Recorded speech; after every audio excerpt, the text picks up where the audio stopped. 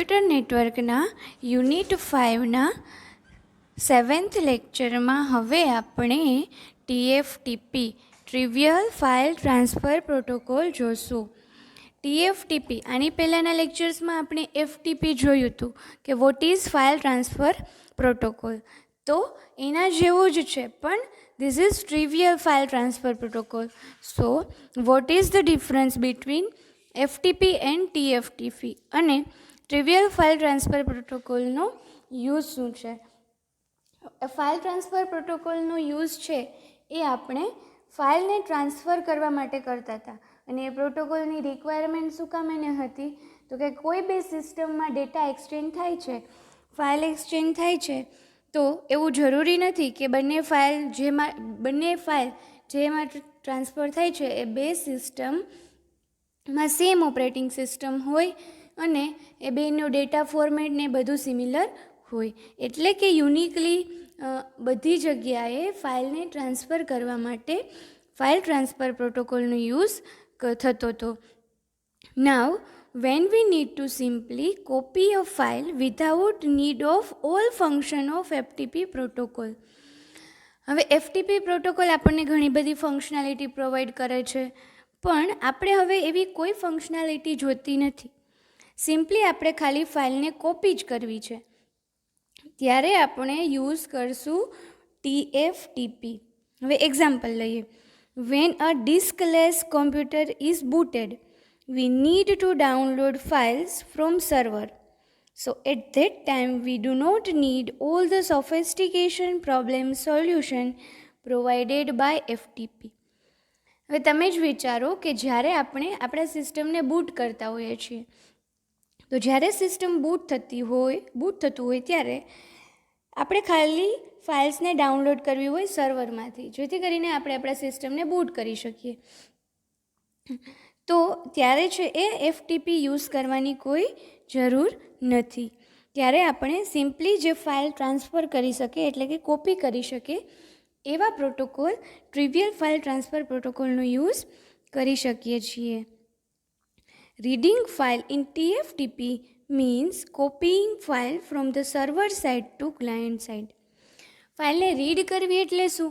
તો કે જે જગ્યાએ ફાઇલ છે એ જગ્યાએથી ફાઇલને કોપી કરી અને આપણે જે સિસ્ટમમાં છીએ, નોડમાં છીએ, ત્યાં લઈ આવી, ત્યાં કોપી કરીને રીડ કરવી. બરાબર?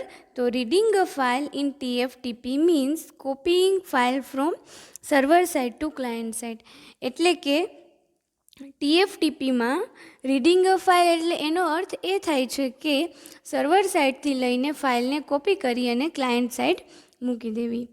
Writing file in TFTP means copying file from client side to server side. TFTPમાં બે ટર્મિનોલોજીનો યુઝ થાય. એક તો આપણે એમ કહીએ કે રીડિંગ અ ફાઇલ અને રાઇટિંગ અ ફાઇલ. તો રીડિંગ અ ફાઇલ એટલે કે ફાઇલને સર્વર સાઇડથી લઈને ક્લાયન્ટ સાઇડ કોપી કરવી. રાઇટિંગ અ ફાઇલ એટલે કે ફાઇલને ક્લાયન્ટ સાઇડથી લઈને સર્વર સાઇડ કોપી કરી. બે ઓપરેશનમાં ખાલી બે મેથડમાં રીડિંગ અને રાઇટિંગ બંનેમાં ખાલી છે એ કોપી ઓપરેશન જ પરફોર્મ થાય છે. TFTP does not have authorization. TFTP પાસે ઓથોરાઇઝેશન નથી, જ્યારે FTP પાસે ઓથોરાઇઝેશન છે. TFTP client and server use UDP protocol instead of TCP. TFTP client અને સર્વર છે એ UDP પ્રોટોકોલનો યુઝ કરશે, TCPનો નહીં. TFTP uses the user datagram protocol and provides no security features. જે એક્સ્ટ્રા ફીચર્સ જે બધા હતા કે જે આપણને ફાઇલ ટ્રાન્સફર પ્રોટોકોલ થ્રુ મળતા હતા, બટ ઓબ્વિયસ છે એ બધા ફીચર્સ હવે આપણને TFTPમાં મળશે નહીં. એટલા માટે એ UDPનો યુઝ કરે છે અને એમાં કોઈ જાતની સિક્યોરિટી ફીચર્સ છે એ મળશે નહીં. It is often used by servers to boot diskless workstation, exterminals અને રાઉટર્સ. એટલે કે આ બધી વસ્તુ માટે છે એ TFTPનો યુઝ થાય છે. કે ડિસ્કલેસ વર્કસ્ટેશનને બૂટ કરવા માટે એક્સ ટર્મિનલ્સમાં અને રાઉટર્સમાં એનો યુઝ થાય છે. TFTP is less powerful than FTP. હવે TFTPનો યુઝ જ ખાલી આપણે કોપી જ્યાં કરવાની હોય એવી જ જગ્યાએ કરીએ છીએ, તો બટ ઓબ્વિયસ છે એ FTP કરતાં ઓછો પાવરફુલ હોવાનો. Code for TFTP requires less memory than the code for FTP. કોઈ જાતની એક્સ્ટ્રા ફંક્શનાલિટી જે FTP પ્રોવાઈડ કરતું હતું એ ફંક્શનાલિટી છે એ TFTPમાં મળતી નથી. તો જે કોડ છે TFTPનું એ બટ ઓબ્વિયસ છે લેસ હોવાનો અને મેમરી પણ ઓછી ઓક્યુપાય કરશે. કોના કરતાં? તો કે FTP કરતાં. તો એકચ્યુઅલી FTPમાં અને TFTPમાં ડિફરન્સ શું છે? તો કે ફાઇલ ટ્રાન્સફર પ્રોટોકોલ છે. એ ફાઇલ ટ્રાન્સફર પ્રોટોકોલ છે એ આપણે ક્યારે યુઝ કરીએ છીએ? તો કે જ્યારે ઇન જનરલ આપણે બે નોડ વચ્ચે કોમ્યુનિકેશન થતું હોય, ફાઇલ ટ્રાન્સફર થતી હોય, એ બધી જગ્યાએ આપણે અલગ અલગ જાતની ફંક્શનાલિટી જોતી હોય ને ત્યારે આપણે FTPનો યુઝ કરીએ છીએ.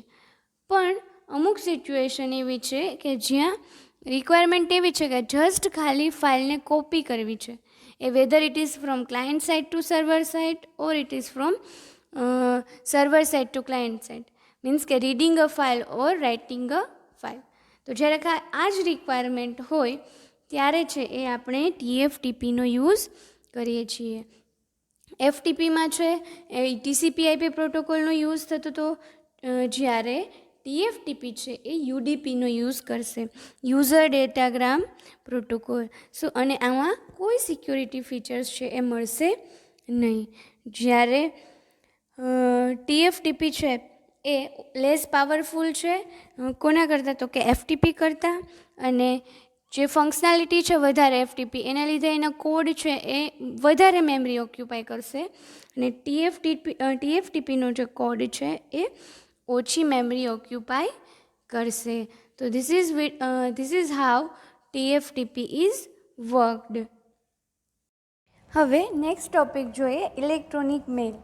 ઇન જનરલ આપણે રેગ્યુલર બેઝિસમાં તો ઈમેલનો યુઝ કરતા જોઈએ છીએ, પણ એકચ્યુઅલમાં ઈમેલ કેવી રીતે વર્ક કરે છે એ આપણે જોશું. So two popular application for exchanging information over the internet. First is email, exchange information between people, and second is file transfer protocol.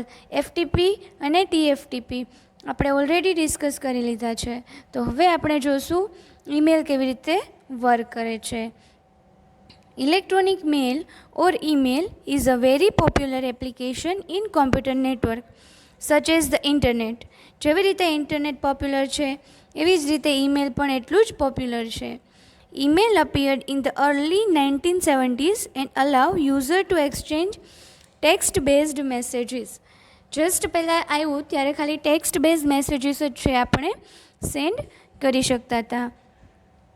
Initially it was mainly used to exchange short messages, but over the years its usage has grown. It is now not only used to exchange small but also long messages that can be composed of several parts, as we will see later.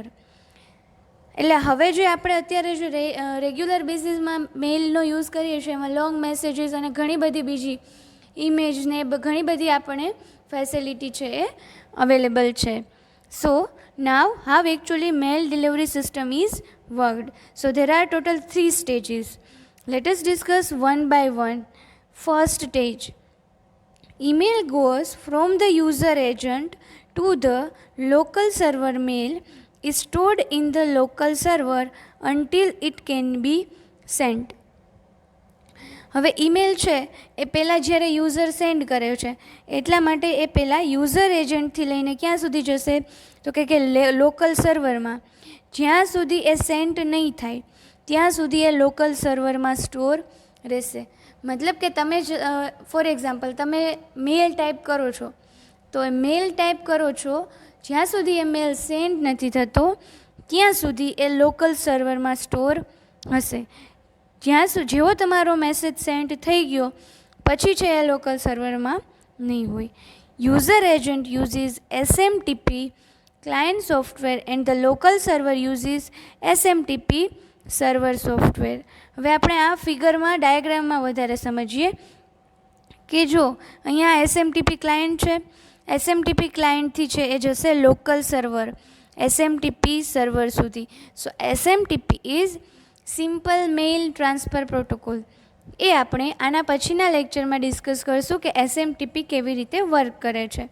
પણ જે મેલ છે એ SMTP ક્લાયન્ટથી લઈને local server એટલે કે SMTP server સુધી પહોંચી ગયો છે. એટલે ફર્સ્ટ સ્ટેજમાં શું થાય છે તો કે તમારો જે મેલ છે એ લોકલ સર્વરમાં સ્ટોર રહેશે, એટલે કે યુઝર એજન્ટથી લઈને લોકલ સર્વર સુધી એ સેન્ડ થશે. ક્યાં સુધી તો કે જ્યાં સુધી તમારો મેલ સેન્ટ ના થાય ત્યાં સુધી એ લોકલ સર્વરમાં સ્ટોર હશે. Now second stage, email goes from local to remote server. SMTP messages must be received by a server that is always running since mail can arrive at any time. જે main SMTP server છે એ ચાલુ જ હોય કે કેમ કે મેલ છે એ ગમે ત્યારે આવી શકે. તો લોકલ સર્વરમાંથી હવે એ ટ્રાન્સફર થશે રિમોટ સર્વરમાં. email is received by this mail server and stored in mailbox of the user for later retrieval. હજી જેને મેલ સેન્ડ કર્યો છે એને સુધી પહોંચ્યો નથી. અત્યારે મેલ છે એ મેલ સર્વરમાં સ્ટોર હશે. ક્યાં સુધી તો કે જ્યાં સુધી સેન્ડ જેને કર્યો છે એના સુધી ના પહોંચે ત્યાં સુધી. એટલે અહીંયા ફિગરમાં જોઈએ કે જે લોકલ સર્વરમાંથી જે મેલ છે એ અહીંયા એસએમટીપી સર્વર સુધી પહોંચ્યું, which is actually a remote server, અને એ સ્ટોર હશે મેલ બોક્સમાં. બરાબર. હવે લાસ્ટ સ્ટેજ એટલે કે થર્ડ સ્ટેજમાં શું થાય છે એ જોઈએ. Remote user agents uses a mail access protocol to access the mail box and obtain the mail. જેને મેલ સેન્ડ થયો છે એટલે જે રિસીવર સાઈડ હશે એને મેલ મળશે. એટલે એ જે રિમોટ યુઝર એજન્ટ હશે એ શેનો યુઝ કરશે? મેલ એક્સેસ પ્રોટોકોલ. આ બધા જે પ્રોટોકોલ્સ છે આપણે આના પછીના લેક્ચરમાં ડિસ્કસ કરીએ. પણ એક પ્રોટોકોલનો યુઝ કરી અને એ મેલ બોક્સને એક્સેસ કરી અને એનો મેલ છે એ ઓબ્ટેન કરશે. To obtain mail from mail boxes mail access protocol is required. તો મેલ બોક્સમાંથી મેલ ઓબ્ટેન કરવા માટે છે એ મેલ એક્સેસ પ્રોટોકોલ છે એ રિક્વાયર્ડ છે. તો જે અહીંયા મેલ બોક્સ હતું એમાં અત્યારે સેકન્ડ સ્ટેજમાં મેલ છે એ સ્ટોર હતો. હવે આ મેલ એક્સેસ સર્વરમાંથી મેલ છે એને એક્સેસ કરવા માટે જે પ્રોટોકોલનો યુઝ થાય એ પ્રોટોકોલનો યુઝ કરી અને જે રિસીવર છે જેને મેલ મળશે એ ત્યાંથી એક્સેસ કરી શકશે. So this is 3 stages of how email services is work. Now here listed mail protocols: SMTP, POP3, IMMP4 and MIME. તો આ પ્રોટોકોલ વિશે ડિટેલમાં આપણે નેક્સ્ટ લેક્ચરમાં જોશું. Thank you.